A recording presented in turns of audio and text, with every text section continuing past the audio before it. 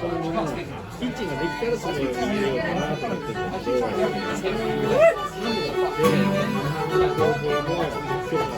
でしょ。そ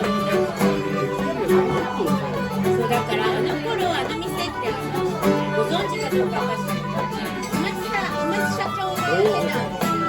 でも小松社長も無理って言って、私はその時雇われるマネージャーだったからやりたいって言って、でじゃあもう石木さんがなんかないようにね気をつけてねってリーガルでやるからね。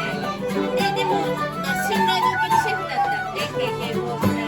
でアイリッシュシェフもいたし、じゃあちょっとないでこれぐらいどんな感じかやってみようっていうのをやったんだけど、それは大変だったけど美味しかったです。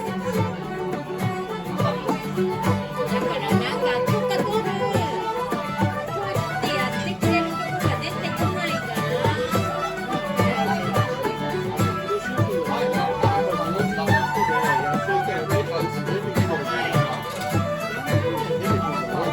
あとなんかね、ブリティッシュレストランの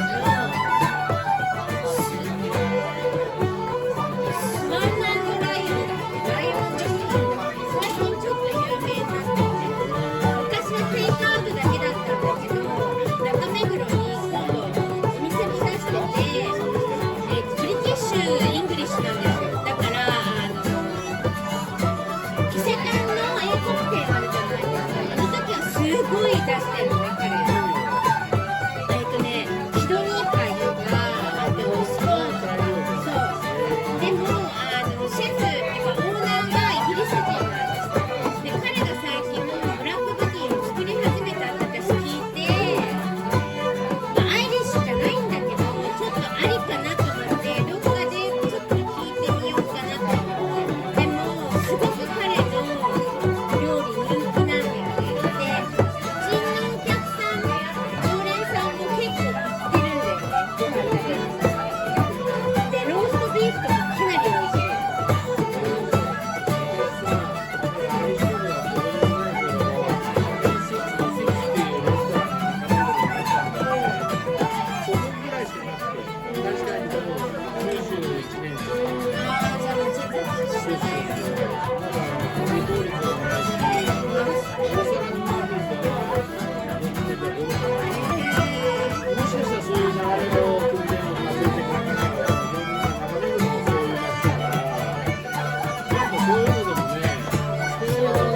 で、あと一回ウィナがいた時にアイルランド人で僕はブラックプディング作るって言って2回仕入れたことあるんですよ。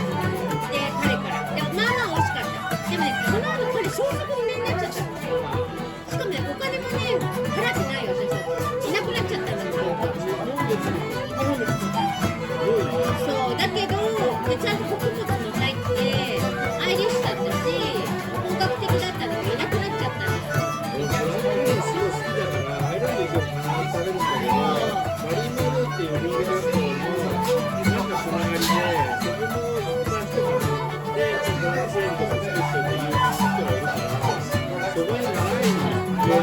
もう三村さん、工場やろうよ。なんか、養豚場とつながって。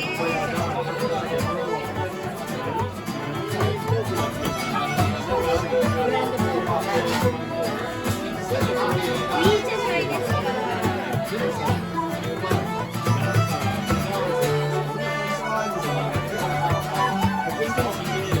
いや、ちょっとハーモニーないと思う。でも、きな粉はない。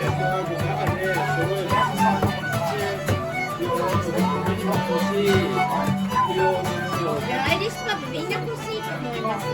私本当に手に入らない。いいじゃないですか。